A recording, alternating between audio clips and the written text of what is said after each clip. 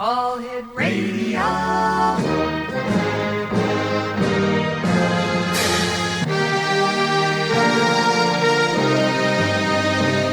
Welcome to the X Zone, a place where fact is fiction and fiction is reality.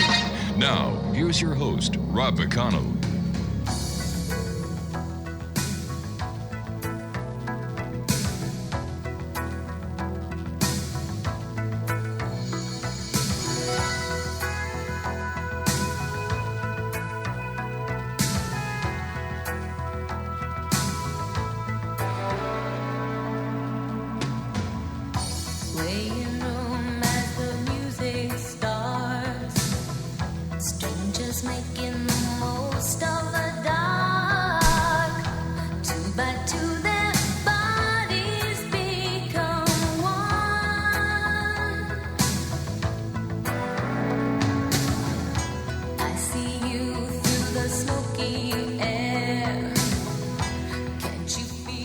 And welcome back to the X Zone for hour 2 of tonight's show. We're coming to you on the X Zone Broadcast Network from our studios and offices in St. Catharines, Ontario, Canada. And you're listening to us on your hometown radio, Classic 1220, streaming on around the world and to the great beyond on classic1220.ca. X Zone Nation, my guest this hour is a good friend of the X Zone. Her name is Gwilda Wiyaka. She is a radio TV creator, producer, host, journalist, award-winning author, and singer-songwriter. She also has a shamanic classes that she makes available to the public. And let me see, she is the former founder and director of Path Home Shamanic Art Schools, formerly a Colorado State Certified Occupational School of the Shamanic Arts, for which she authored all the curriculum and texts. Joining me now from Rocky Mountain High, Colorado, is Gwilda Wiyaka. And Gwilda, welcome back to the X Zone. Always great having you with us. Rob, it's always great to join you. Alrighty, so let me see. What's new, thrilling, and exciting with you in the world of shamanism? Well, shamanism is always new, thrilling, and exciting, even though it's ancient. But right now, we're living in pretty exciting times. So, of course, the information coming through shamanically is pretty exciting. Where does the information come from? Well, I really believe that it comes from various places depending on what the question is you're asking and what you're looking for. If you're looking for something personal, I think it comes from your field around you that carries all your potential frequency versus just what's expressing here on the physical plane. So a lot of times you are the authority you think. Other times it comes from kind of the collective. Because if you're looking for larger answers for global things, then it's more from the collective, the energies that's moving in the entire planet, and so on. What we're seeing these days, Gwilda, is people are looking back to what worked in the past to try and solve the problems and get everything back online in these times. And what is the history of the shamans and the shamanic way of doing things? Well, shamanism, nobody really knows how old it is. Between 50 and 60,000 years is some of the guesses that I've heard lately. And it is at the base of all of our nationalities.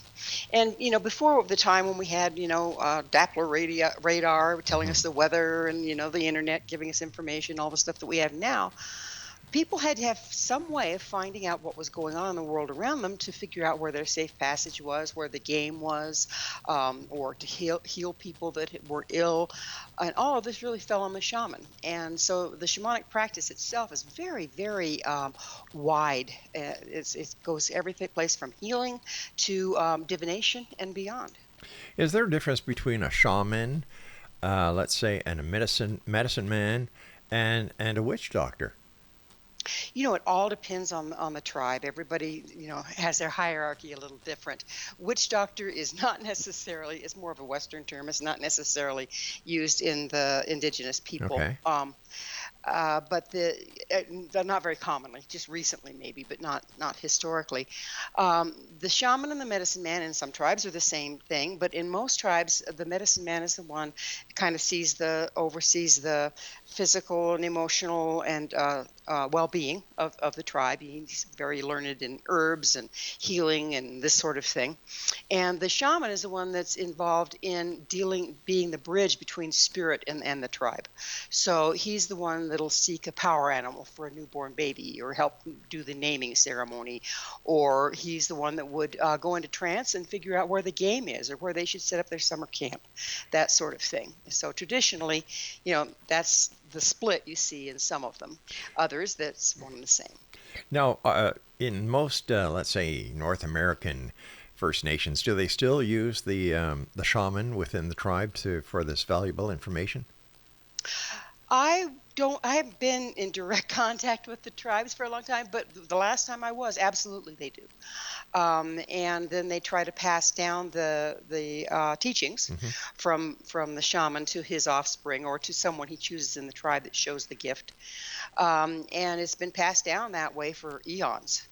It seems that in the First Nations and the indigenous people, that they revere their elders and that they actually take care of them as they get older and they listen to them. Totally different from the regular elders that you see in society today.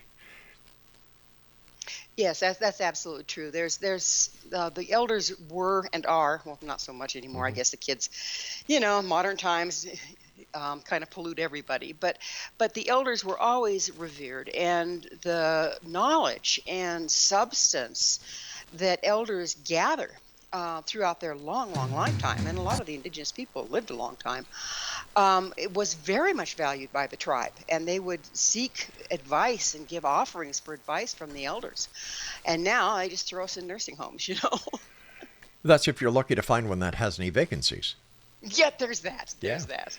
Yeah. So why did you get involved with shaman? What brought you to that fork in your road?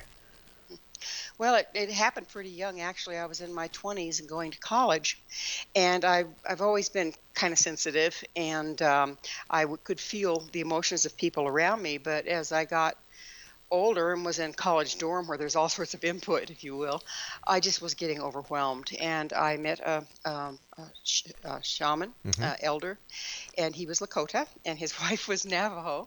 But I met them, and he trained me for, close to 6 years before he crossed, and then I went on to look for other things. But it was out of my own need to start out with. But as I got deeper and deeper into the practice, I recognized this is what the world needs right now, more than ever, really. And so I started studying all sorts of other forms. How can shamanism help us today? If we're going to talk about the courses that you have available, and how can these courses help people in their day-to-day life? Well, the first thing that comes to my mind is divination, because it's a skill that anybody can learn in different forms, but it's a shamanic skill. And it used to be that we could pretty much guess what was going to happen tomorrow based on what happened yesterday, because we were in slower moving times and things weren't changing that fast. However, right now, things are changing so quickly, it's next to impossible to have any clue what's going to pop up next. And I think everybody out there can, identify this in themselves. It's like, holy moly, you think tomorrow's going to be this, but then somebody throws a curveball just like every morning. You never know what's going to be happening, whether you're going to be at a pandemic or a stock market crash, or you just don't know. And so learning to the skill of divination can really help give safe passage. And there's two forms of it. Well, there's more than two, but there's two that I like to work with. One is using what I call omenology, or what's referred to as omenology, and that's looking for signs in the real world based on your intent and what your question is, then reading the signs that show up in the real world to find answers. The other one is to go into a shamanic journey trance, which I also teach, and ask questions and get answers there. And then the journey trance goes on into all sorts of other skills as well. How do you go into a journey trance? Well, there's as many ways as there is traditions, okay?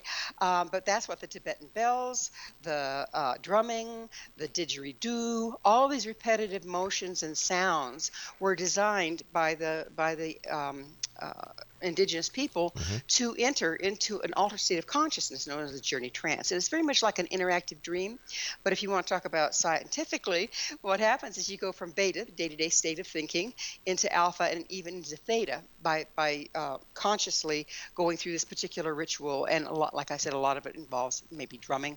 I personally I've recorded drumming that I sell CDs of drumming for people to journey to, but I use a recording of a drumming when I'm going into trance, when I'm working with my clients.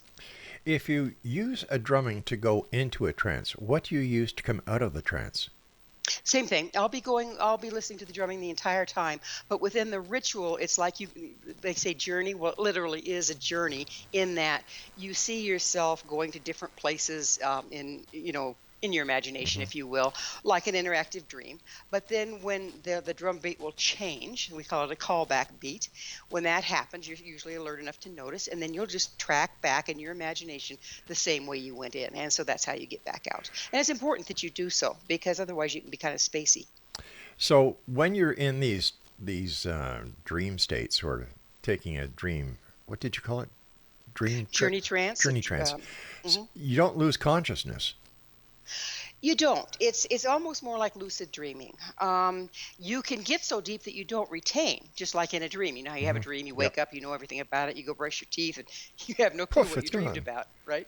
Unless you jotted it down somewhere. And just as you got out of bed. So sometimes you don't retain, and for that reason, I'll usually, if I'm journeying for a client, I'll have them take a few little notes, but I also record my private sessions so that they have a recording of what I said and they can go over it themselves later. But for the most part, people retain, they have, like I say, I have a foot in each reality. So when you take this voyage, where do you go? Well, there's various ways of viewing it. Basically, what you do is you go into there's a metaphor that's created in your imagination that is the journey. But within that journey, there's all sorts of metaphors that need to be interpreted to get the information you're after, or to get the healing that you're going for. But where you're going is into this altered state of consciousness that actually has connection with what I would say would be the quantum level. So you're getting information from the energetic aspects of life rather than the physical ones. So there is science behind shamanism. Actually, there is, yes. Like I said, I've had my brainwaves tested like crazy because I used to work with doctors a lot, and they got real curious. And so they're the ones that, wire me up and see what happens when I go into journey trance, and I could reproduce it every time, that shift in brainwave patterns. All right, stand by. You and I have to take our first break for the second half of the X Zone tonight. My guest is Gwilda Wiyaka, and you're listening to the X Zone on the X Zone Broadcast Network, coming to you from our broadcast center and studios in St. Catharines, Ontario. And you're listening to us on your hometown radio, Classic 1220, streaming at classic1220.ca. My name is Rob McConnell. I'm here Monday through Friday from 10 p.m. Eastern until midnight, so don't go away. We'll be right back.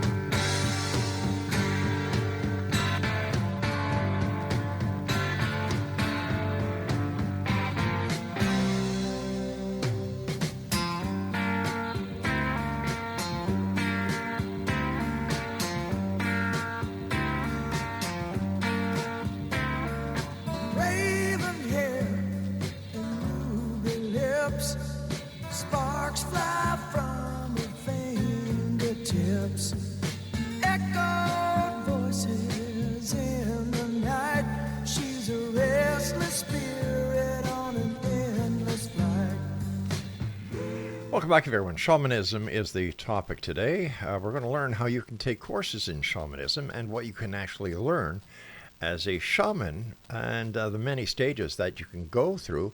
And with us is Gwilda Wiyaka. She is a shaman. She is a teacher. She is a radio TV creator, producer, host, journalist, award-winning author, singer, songwriter, and much more. Her website is findyourpathhome.com. Okay, so somebody comes to you and says, I want to learn shamanism. I want to take your course. What do they learn as a beginner in your course? Okay, so the courses I'm offering right now are video classes, and the first one they would learn or take would be the medicine wheel. Now, that is a concept that teaches some really basic, important skills about how to ground, how to move with the earth, with the way nature works, and all of that sort of stuff. And that's really so important if we never do anything else but learn to be here now. That helps us deal with what's here now versus getting blindsided by it. And so that course is the first one. The second one, right away, we jump into how to journey. And that's entering the journey trance that we've been talking about. After that, you learn how to work with power animals and helping spirits. And after that, you learn how to work with the fairy folk. All right, what are power animals? Those are really, really important. And there, again, you have to realize this is metaphor, okay? A lot of people take it literally, and you think I've got a wolf sitting by my side. Okay, but the power animals were and are used to represent a particular divination of power. So say, for instance, if a little guy, he's, say a little Native American boy, he's getting bullied by all his colleagues, his playmates and whatnot. And so he goes to the medicine man. He says, everybody's bullying me. And the medicine man says, well, I'm going to bring you Skunk as your power animal, because Skunk can just walk around, be sweet and innocent, but if somebody bugs him, he lifts his tail and they give him wide berth. So the little boy goes back into the situation with his friends, and they start to tease him. But he has this, he envisions Skunk coming to him, and he puts out this energy or this attitude, and the kids go, I don't think I'm going to bother him today. I don't know why, but I just not going to go there. And it actually does work that way. And so what the power animal can do, or the concept of the power animal, is help you fill in places in your energetic field that are vulnerable, and we make those vulnerable places come from damage that we've sustained throughout our lifetime. Okay, so what other kind of power animals are there, and what would they represent? Oh, there's every animal on the planet can be a power animal, and some that may or may not have ever been here. You can have a dragon, okay, as a power animal, or a unicorn. But mostly what you do is you look at the animal and watch their behavior and what they eat and where they live and how they act, and that's their power, okay? So if I was looking for a way to see into the dark, say, for instance, look at the dark side of things that are going on, I might call in an owl, because owl, of course, hunt and see very well in the dark. And they're also notoriously wise, if you will. So you see they carry the energies I might be needing for that particular practice. You've got somebody asked a question here, and I'm going to ask it to you. Okay. Let me see if I can read their writing. You say that many of our new esoteric practices are rooted in shamanism. What do you mean by that? Okay.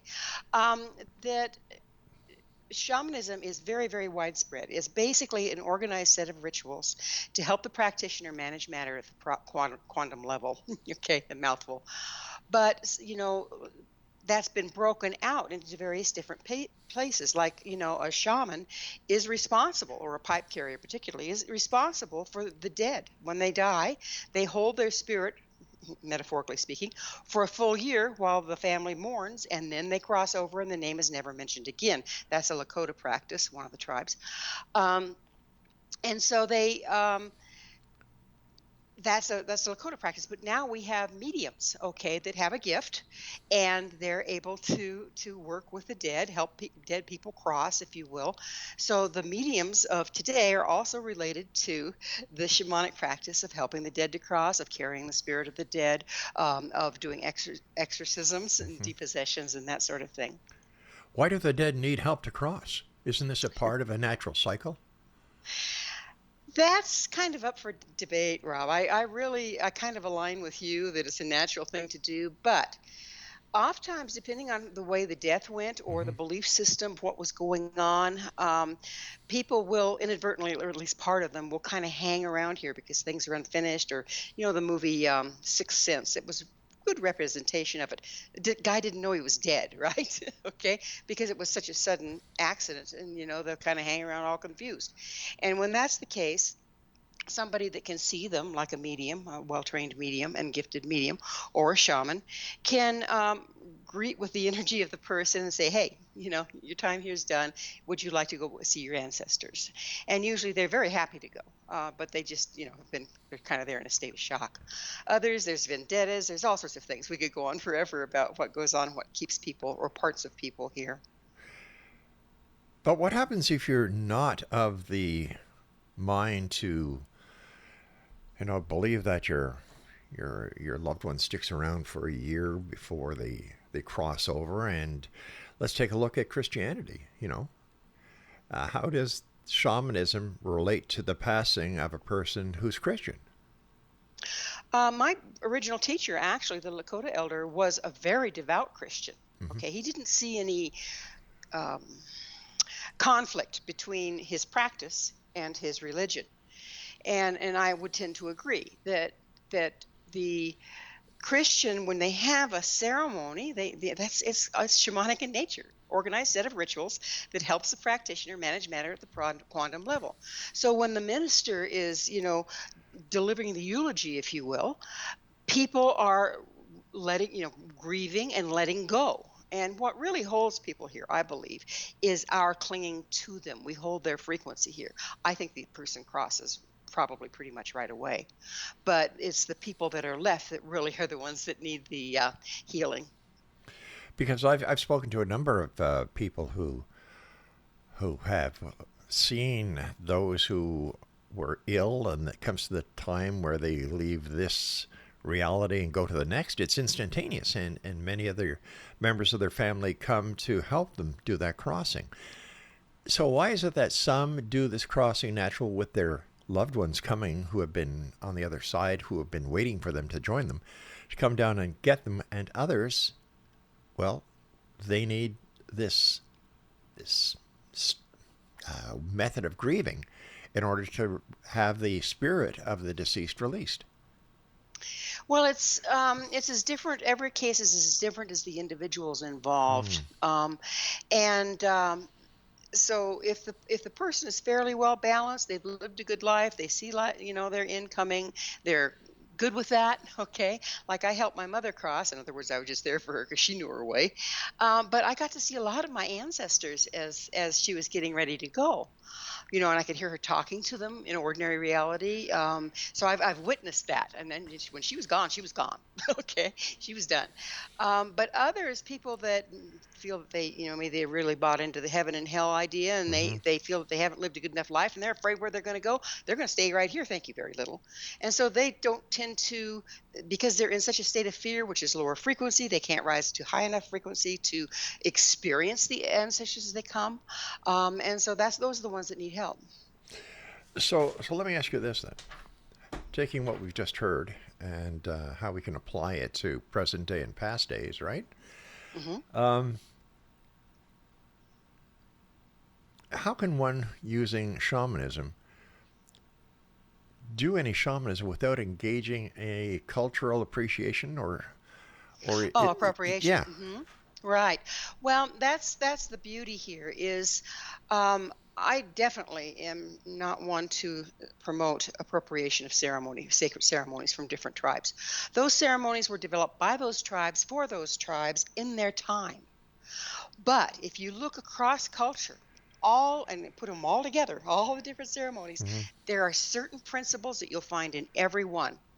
And so I believe in taking the principles and creating living ceremony for today. And some of these principles come from Catholicism or from Christianity or from Native American or from Aboriginal, but they're the principles. They're not the ceremonies themselves. And the other downside of appropriation is because if you are appropriating it, you're not a learned member, you're not a shaman, you haven't been trained by the tribe, you really don't understand the ceremony well enough to do it clean. And it has power, and if you don't handle it rightly, well, it'll get torqued and not so nice things can happen. Can happen to who? The person who is making the transition from this frequency to the next, or to those who are initiating the fouled up ceremony? Both. Wow. Yeah, both. Yeah. Yeah, I mean, it's not anything to play with, but on the other hand, if you come at something with good intent and you don't appropriate Hmm. ceremony and you really get the education and know what you're doing as far as the principles are concerned, you can do some really wonderful work with this. So I guess this is nothing to play with.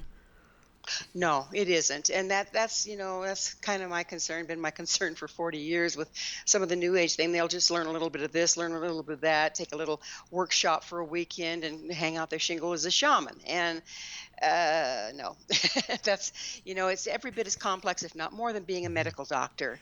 And so you really, if you're looking for a shamanic practitioner, you really need to put a close eye to where they got their training, how much training they have, and what people are saying about their work, because But there's no regulation.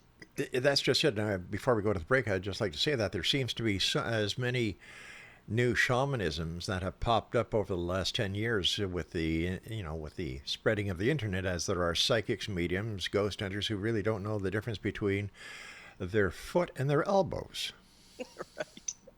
Exactly. Uh, And that is one of my major concerns. all right, stand by. We'll be back on the other side of this break in a couple of seconds as we take our half of the time.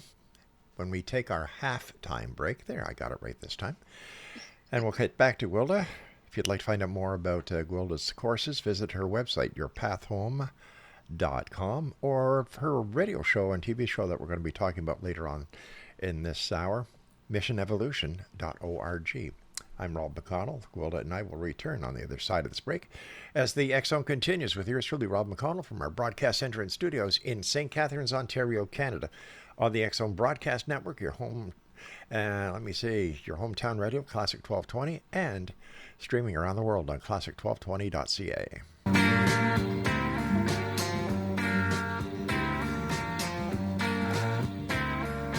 Raven hair and ruby lips, sparks fly from her fingertips, echoed voices in the night.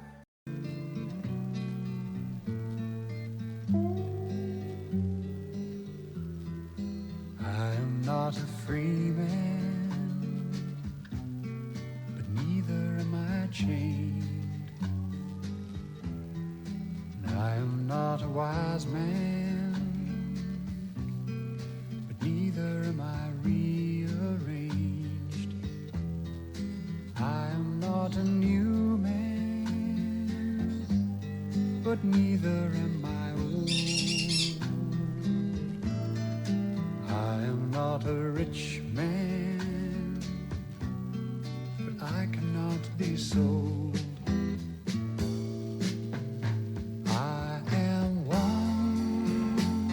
And welcome back to the X Zone. I'm Rob McConnell. We're talking about shamanism this hour. And if you'd like to find out more about Gwilda's courses, www.findyourpathhome.com.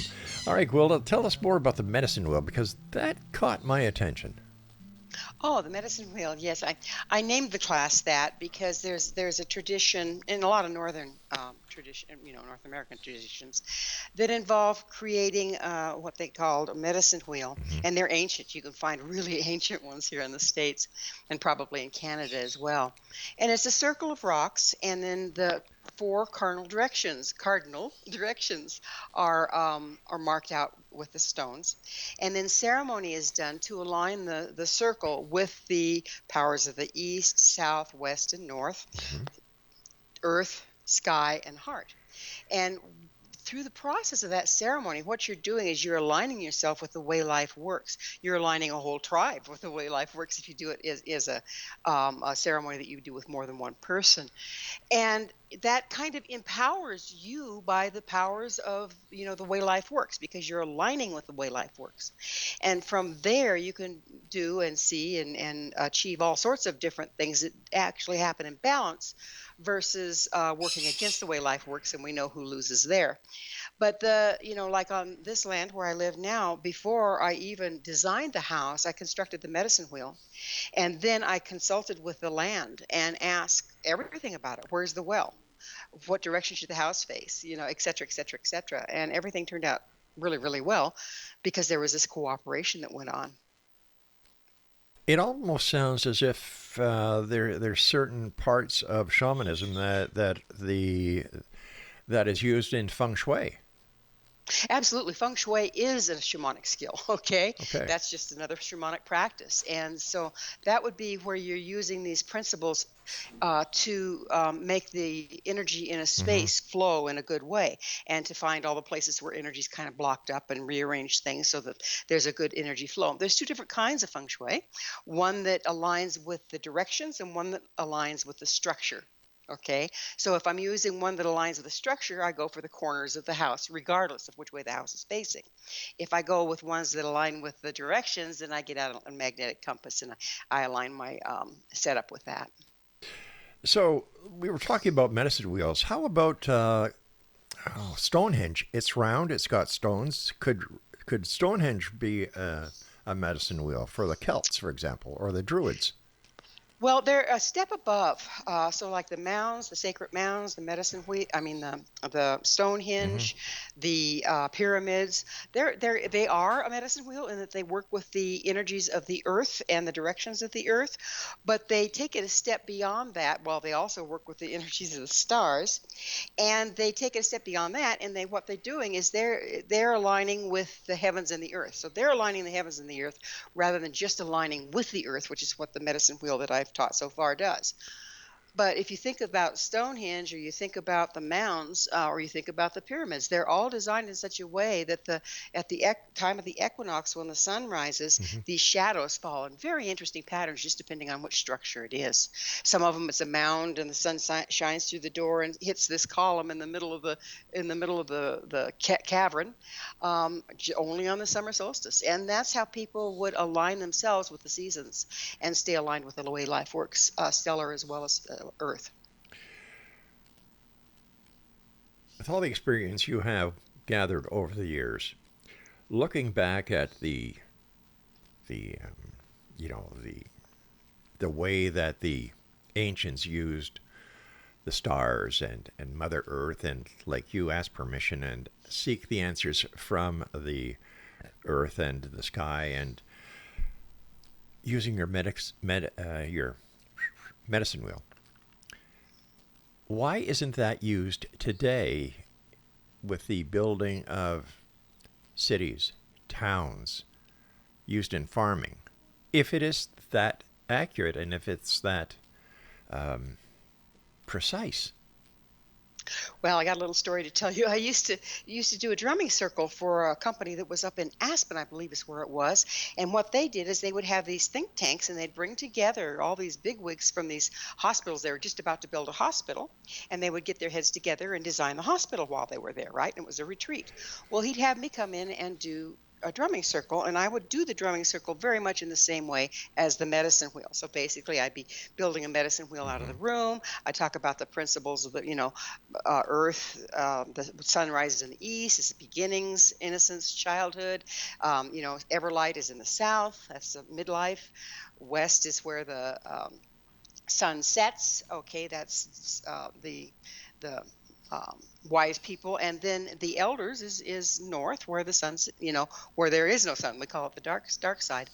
Well, basically, I just described this in the drumming circle, and never thought much of anything about it. But then the head of that place that I was working for got a hold of me one time. He says, I have to share this with you. He says, you remember that grumpy old guy that acted like he didn't, wasn't really aligning with what you were doing at the drumming circle, and you felt kind of uncomfortable, you felt you hadn't really done him a good job? I said, yeah. He says, well, they went back and designed the entire hospital around those principles. Pediatrics is in the east, geriatrics is in the north. Okay, so that it can be done, and it is being done. And the more it's done, I think the more we will be supported by the planet, and we will support the planet. I don't think that if we really align with the planet, we can do some of the horrific things to her that we've done in the past. So if this is actually working and being followed, why doesn't the rest of the public know that this is actually working? And here's why: because A, B, C, D, E, F, G, and so on. And instead of kind of keeping it as a woo-woo form of education. Well, it has to come out of the woo-woo. I think is what it is. I think, I had a guy on my show, a wonderful doctor, and he had this book he wrote. It was all about Physicians' Untold Stories was the name of it. So basically, they'd all have these extra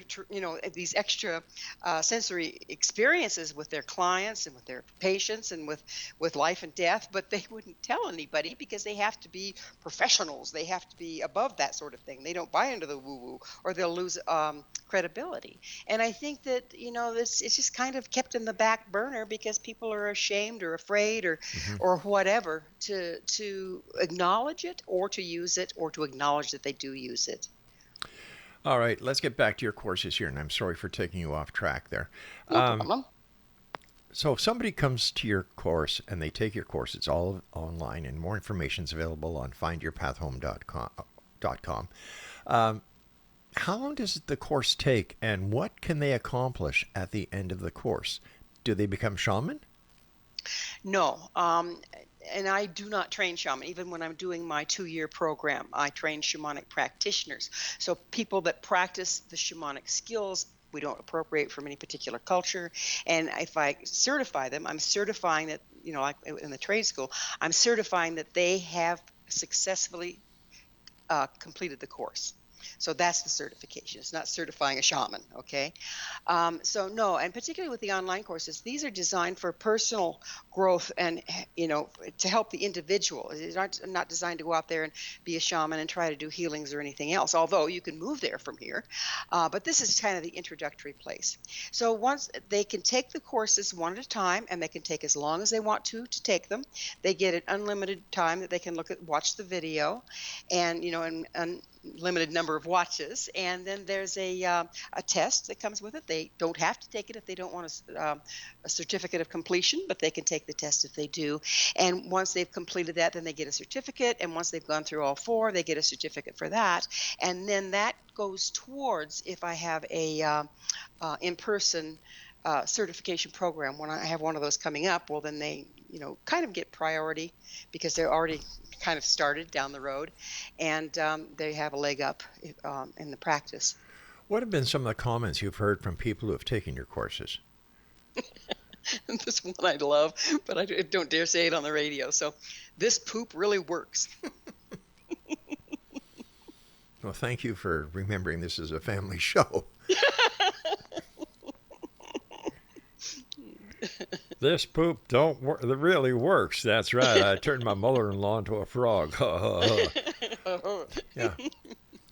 No. So what can they do? For example, they take the course, the beginner's course. What does this give them knowledge into? I know you said the basics, but what would that entail? So if they take all 4 of the 4 basic courses that I have online, they start out with the medicine wheel. We've really gone into what that does. Yes. Okay. And that also helps them learn how to build a personal altar within their home as well as one outside if they want to do it outside. Then you go right into journey. Now, journeying, and we talked a little bit about that, but it's just like there's no more powerful skill I can teach because it gives you access to esoteric information to help you make your choices with more input of what's coming down the road. Okay? It doesn't make your choices for you, but if you learn how to go into a journey for divination and you learn how to ask the questions in such a way that, they're answerable from, you bridge the gap between spirit and the mundane. In other words, you don't ask spirit, should I do this? What's, spirit doesn't care. Okay. You have to ask, what does it look like if I do this? And then you can get information about what does it look like if I buy this house? What does it look like if I buy that house? Heck, they might show the roof falling in on you. Okay. Yeah. So, that's stuff like that. But seriously, you get really very detailed. And once you learn how to interpret and then journal, of course, and then watch, it will show up in your life. So they can do that. You can also go on a personal healing journey to heal something minor within yourself. You can go and find power animals to help you with different things. And we talked about that, what power animals can do for you. That's the journey, the journey class. But you can ask all sorts of questions, get healings, bring balance to your home, all sorts of things by being able to journey.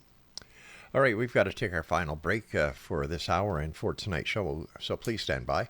Exonation, we're talking about shamanism, how to take a shamanism course from Gwilda. Her website is findyourpathhome.com, and we'll both be back on the other side as we continue with some interesting questions. And I came up with a couple of questions during the last segment, and I'll get into those with Gwilda when we come back. I'm Rob McConnell. This is the X Zone, and we're coming to you from our broadcast center and studios in St. Catharines, Ontario, Canada, on the X Zone Broadcast Network, your Home Talk Radio 1220, and your Home Talk Radio Classic 1220.ca. But neither am I chained. I am not a wise man, but neither am I rearranged. I am not a new man, but neither am I old.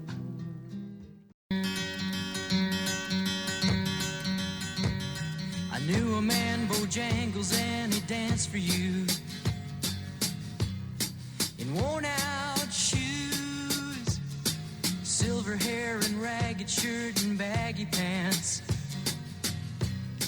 the old soft shoe. He jumped so high, and then he lightly touched down. I met him in a cell in New Orleans. I was down and out. Welcome back, everyone. This is the X Zone. I'm Rob McConnell. You're listening to us on your hometown radio, Classic 1220, and streaming around the world on classic1220.ca. If you'd like to send me an email, xzone@classic1220.ca. We'll get it right here to my favorite computer and my favorite desk in our favorite studio. So there you go. It's a win-win-win situation. Gwilda Wiyaka is our special guest. We're talking about shamanism and shamanic courses. And if you'd like to find out more, visit findyourpathhome.com. And for more information on Gwilda's radio and TV show, visit missionevolution.org. Now, before we go on anywhere, we were talking earlier about these shamanic travels, Yes, journeys. shamanic journey. Yeah, okay. Where you can find answers to questions, right? Yes, among many other things. Okay, if the future is not fixed, and you at any moment can decide whether you want to turn right or left at a cross street, and in order for the answer to be effective to you, it would have to affect everyone else. How does that happen? Are you time traveling? Well, you are time traveling in a way, because as we know, time is a bit illusionary, right? But what's going on is I like to view it like life, or the currents of life are like an ocean wave, Okay. right? And where we are in the horoscope or whatever kind of depends on where we're plunked down on that wave.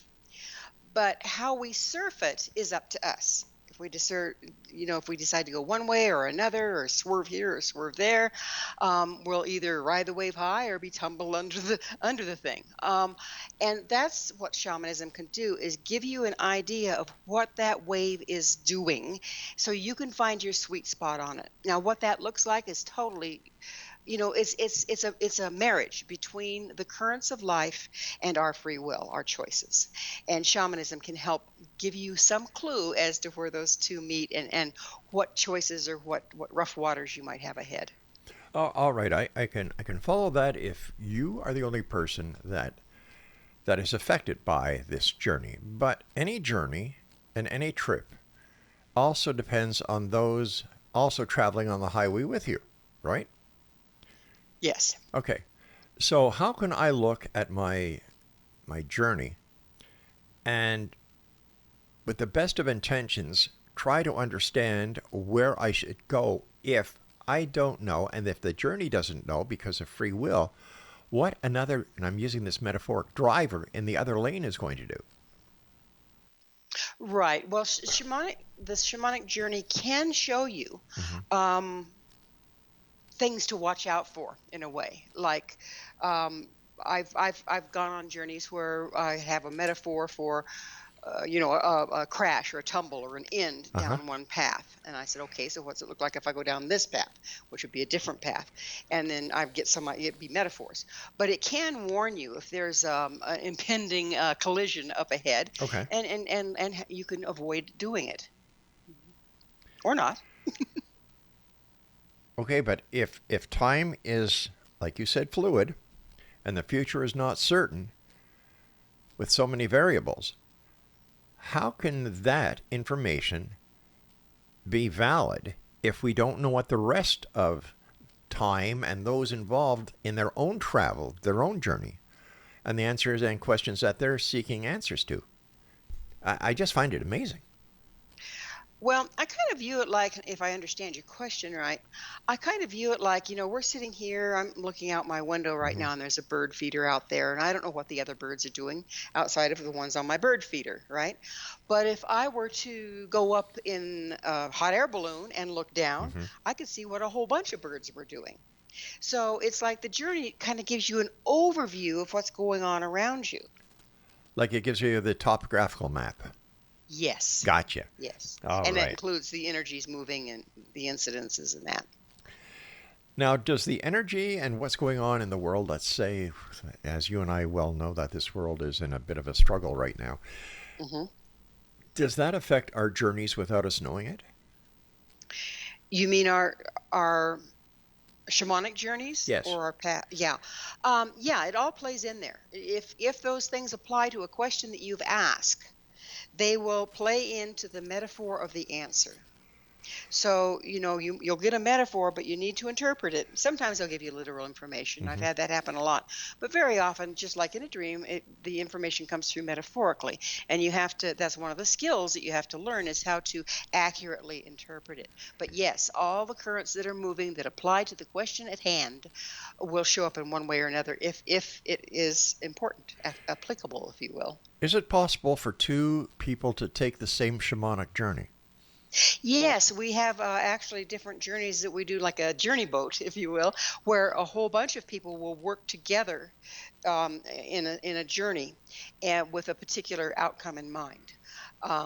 If they want to, heal a community, say, for instance, or if they want to find out information that's much more widespread, because each of us only has a piece of the puzzle, but the more of us you put together, the larger portion of the puzzle that we have.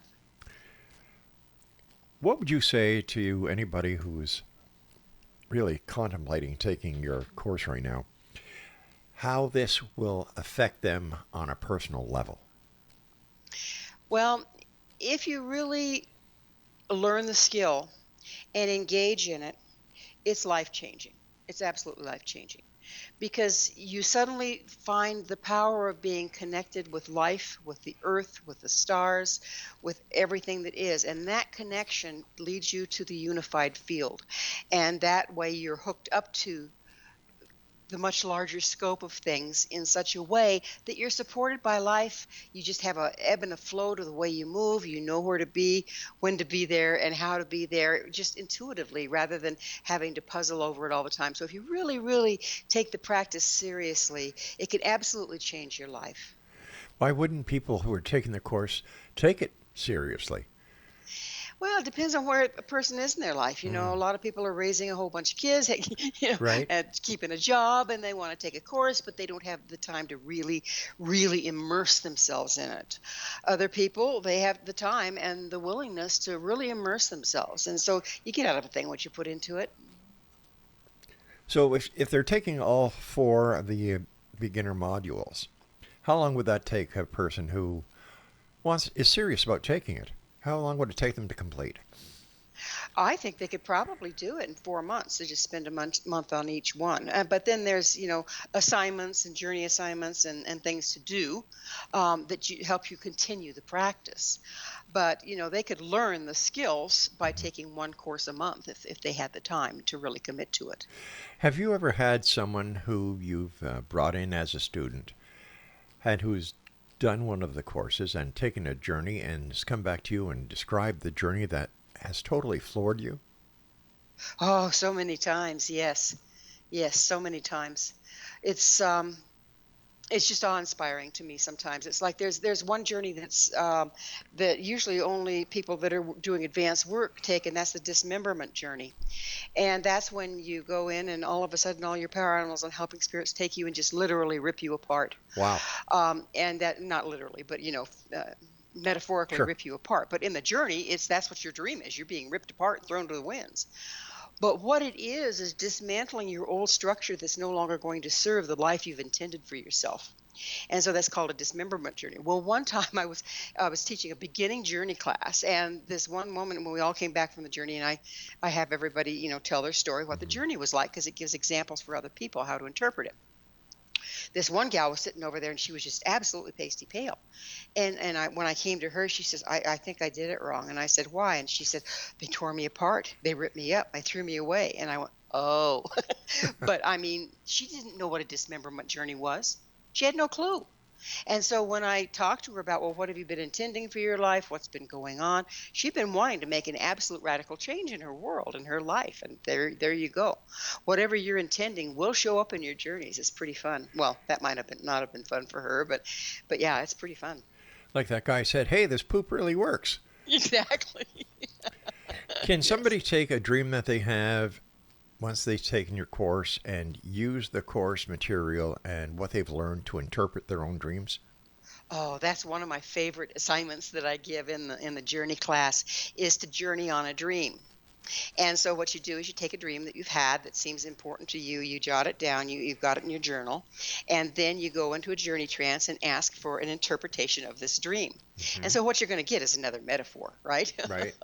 But then you come back and you can kind of triangulate the information, and the interpretation is just profound what you get when you do it that way. So tell us about these courses and how our listeners can sign up. Okay. Well, they're all available on findyourpathhome.com. And in fact, you can get them right off the front page there. You can just purchase them. There's a PayPal link. And when you do that, then we will email you a link to the course itself, it's about an hour of teaching, and I teach it myself, and it's a video of that. And then we'll also give you a link to the test for the test of completion, for the certificate of completion, and also workbooks like prayers or whatever. So you'll have, each course has different workbook things that will also be made available to you, and you have all the time that you want to use to complete it, or you can go through it as fast as you need to, as long as you can pass that test, if you want the certificate of completion, and that's how it works. Do people have the ability to contact you or one of your other teachers, and if they have any questions?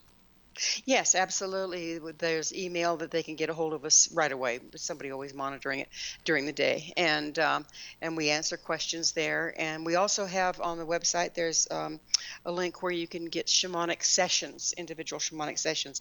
And I do recommend that a person does that while they're taking the courses, because this stuff brings up things, because it challenges a lot of our former beliefs on the way life works, and starts bringing up issues and this sort of thing. And so sometimes a soul retrieval or shamanic healing session can really be helpful in the process. Fascinating. Well, as time goes by so fast when you're with us, thank you so much for joining us. And Exonation, don't forget to visit Gwilda's radio TV show website, missionevolution.org. And for more information about the shamanic courses, visit findyourpathhome.com. Gwilda, thanks very much for being with us tonight. Thanks for having me. All right, Exonation, I'll be back tomorrow night at 10 o'clock as once again we cross the time-space continuum to this place that I call the X-Zone.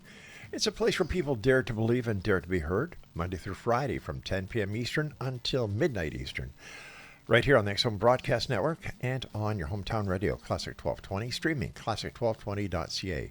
So until tomorrow night, my friends, always remember to keep your eyes to the sky and your heart to the light. Good night, everyone. Jump so high, and then he lightly touched down.